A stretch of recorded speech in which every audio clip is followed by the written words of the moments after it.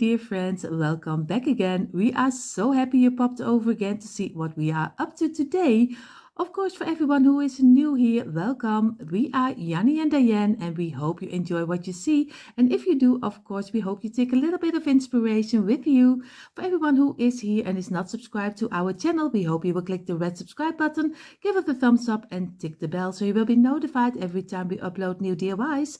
Like we always say, enough talking, let's jump in today's inspiration.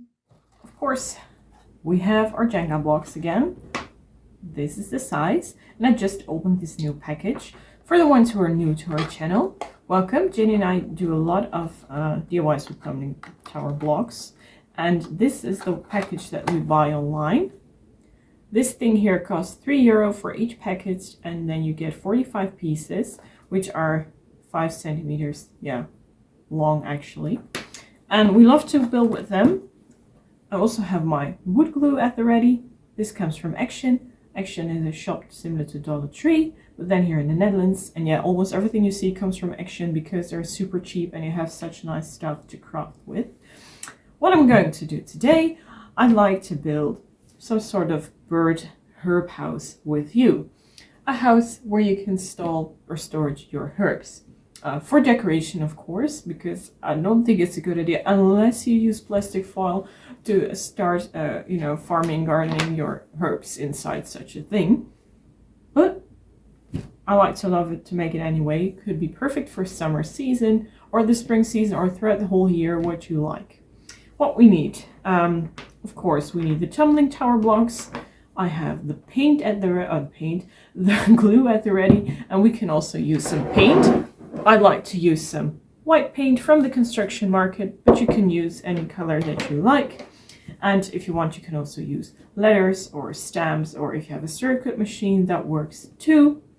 That's what we're going to do today. Are you ready? Let's go and start crafting. First thing what I'd like to do is start building the roof. And therefore I'm going to use several blocks, and I have no idea where this ends. I'm just sorting everything in a way that I like, not measuring yet. Now think about this size for one side of the roof, and of course we're going to make, however, I'm in doubt, maybe this one for the side is also good. Let's measure. How does it look like when we add one row extra? Yeah, this is better. Okay, so we have 2, 4, 6, 8, and 4 pieces for one side. I'm going to make a plaque the same size as this. And then, of course, we need something for the roof as well. So what I'm going to do, preparing everything and see how the size and shape, size and shape of this compared to the other are looking, in modeling. Is everything in the right size? Do we need something less? Do we need something more? Because when we want to start gluing, we can't undo this. We're going to sort and see what kind of size I like to use. I think 3 for now. This would be a good idea for the roof, I think. Yeah, like this. That's perfect. Okay, I'm going to make 2 of these and 2 of these. So we need quite a lot of Jenga blocks for that. And then I'm going to glue them together by using this thing here. I'll speed it up because you know how I glue. Just use small dots. Turn everything upside down except for the first or the last row. Put glue here and then stick everything together.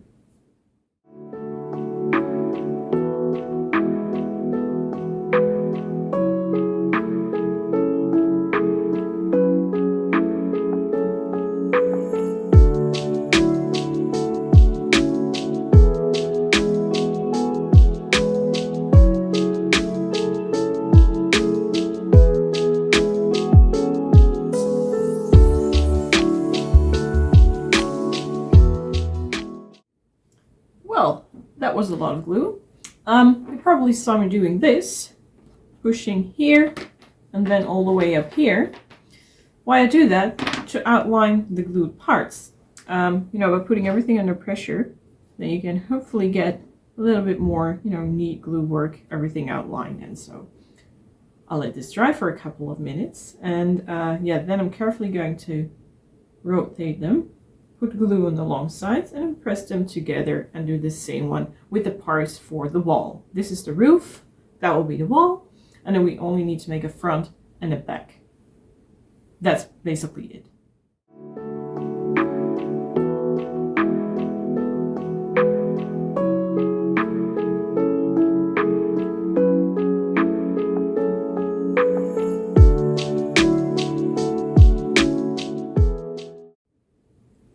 Here are all the plates drying. Now these are the wall plates, these are the roof plates. I only need a front and a back part. And I'm wondering what I would like to do. First, let's measure how many blocks can we fit here. Yeah, I thought so. Just 2. And is there then space? Yes, for this. Now I can start doing this, which is cool. Just a solid base, or what you can also do is this, just leave a small gap in here. I think I go for this option because then I can easily write down something here. So yeah, I need to open an extra pack of blocks because I only have 2 left, and then I can make for the 2 of these actually. That's the whole thing. You saw me gluing, so you know how that works for me. And then I'm going to let everything dry really well. About 2 hours. That should be way more enough. It isn't that warm today here, so the drying time needs a little bit, it's a little bit longer than normal.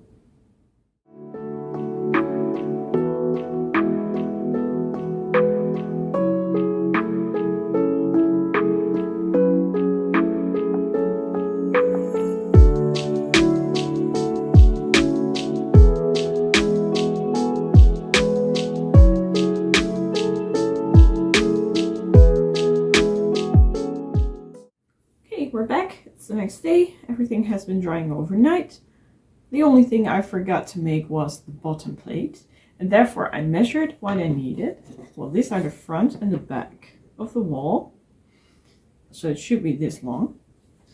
And I also placed these here to see how wide they got to be. And I think this here, as you can see, is the right size. So take these out. I'm still going to glue these in the first way. Lay these down flat, put these up, add glue to the side standing up, and then push everything together, and then last but not least, 1 layer of glue there.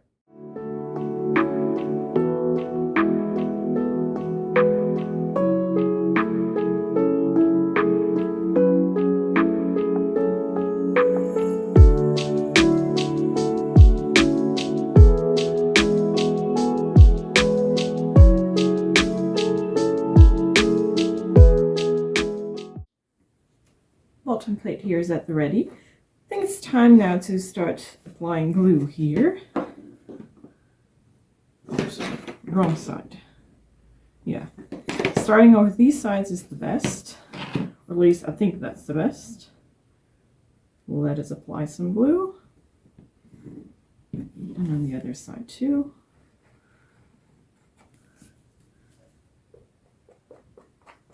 There was a big dripper there.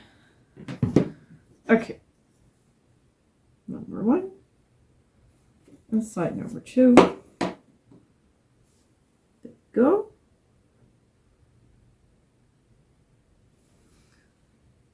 Okay, that's it. I'm grabbing the paint can, and I have a small jar of beeswax and another paint can. Now it's time to apply the sides, which is going to be slightly harder, I guess. Let me check. Everything fits. I think this should be the side here. That is the flattest side.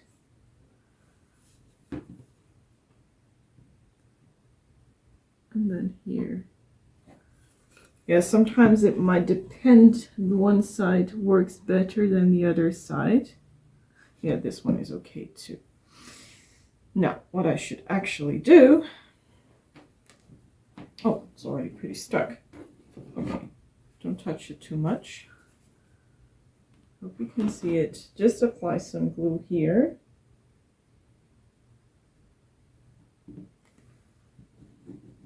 Divide it a little bit better.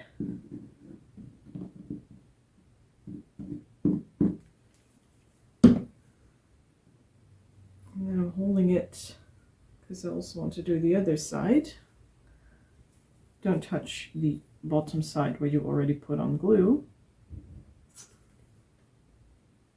Here you go. It's starting to move. I can feel it. So quickly pull it back down. There we go. Oops. That was the glue. Now, this one here. Again, the glue. This one there. I'm carefully going to put these in place. And push a little bit on both sides. Okay, I think we're there. Push here as well. I need to push myself. Okay, I just try to use these as a weight, so not accidentally when I walk away, the whole thing tumbles over. There we are. Okay, let this dry for at least I think 1.5 hours because I use quite a lot of glue and it takes quite some drying time too. I'll be back. In the meantime, I think I can also just glue the roof. I really need to check which side it's going to be. I'm just measuring right now outside. Which side is the best? I think gluing it this way is the best way. Again, I have some contra weight here. I'm just applying glue there.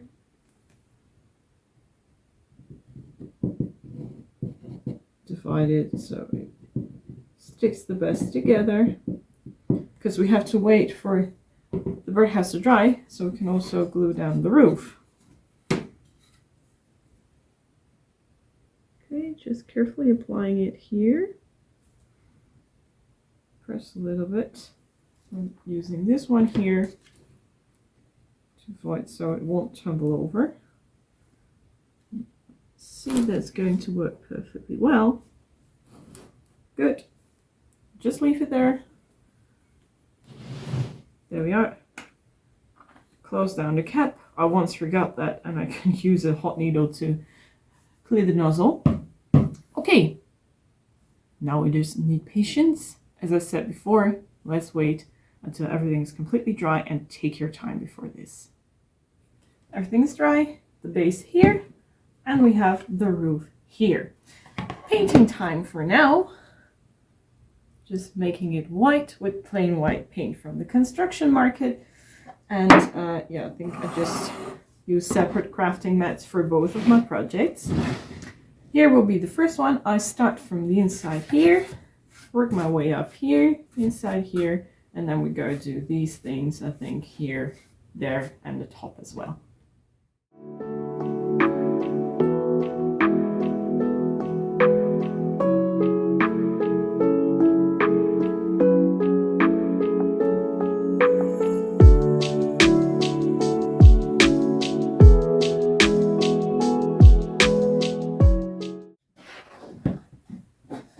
Everything is painted and dry. Now these can be put away.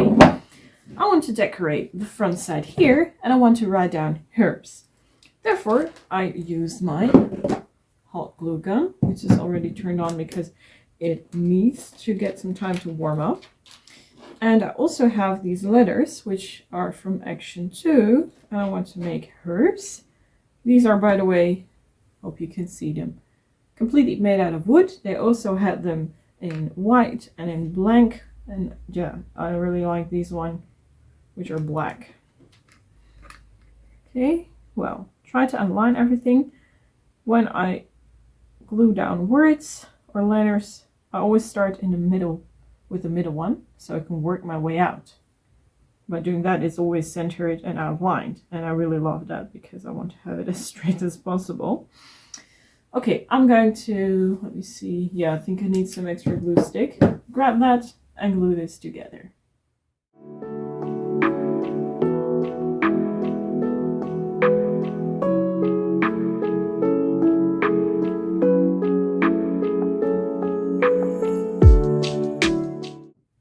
I think this looks super cute in your kitchen.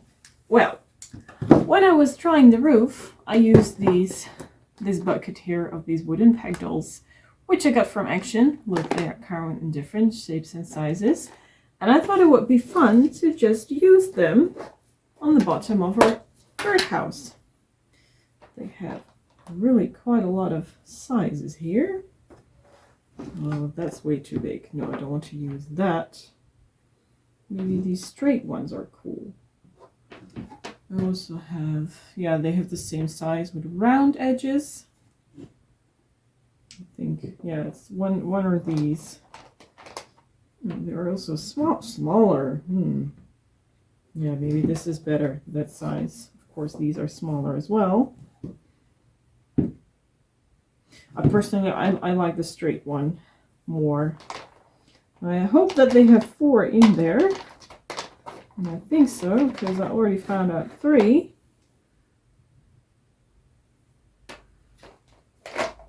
And here's number 4. I already see it. Yes. And I never used these before, so first I'm going to paint them white. That's the idea. Then I will be gluing them underneath, so it's good that we didn't apply the roof yet.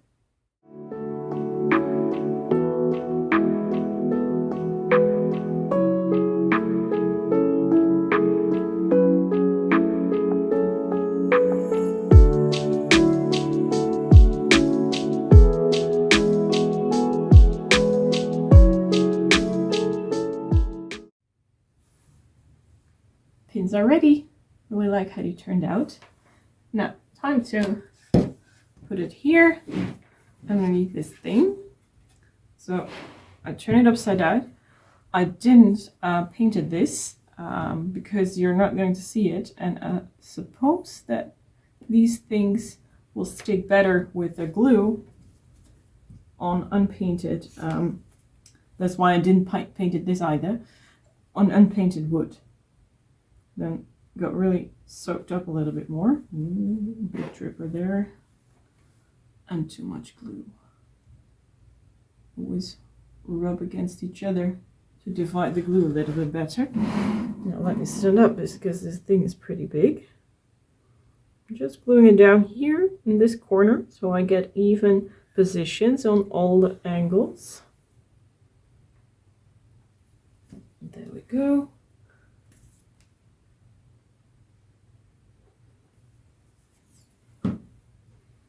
And rub again. By this way you also divide the glue better throughout the whole surface that has to be glued. And the last one here. Now, because there will be a lot of weight here upon these, I let this dry for, well, what shall it be? At least 30 minutes, but an hour is better. And then we can start gluing the roof. And I think that we're almost there. Feet are dry, this thing can stand. And the last step is to add the roof, just like so. However, I'm in doubt what the best way is to start gluing this. I think just by slightly adding glue here, and maybe for the first time, it's a good idea to use a brush. Let me guess, what is the smallest thing we have? Yeah, I think this one looks good. I hope that works well. We'll see. If not, I have some paper at hand and I can wipe everything away.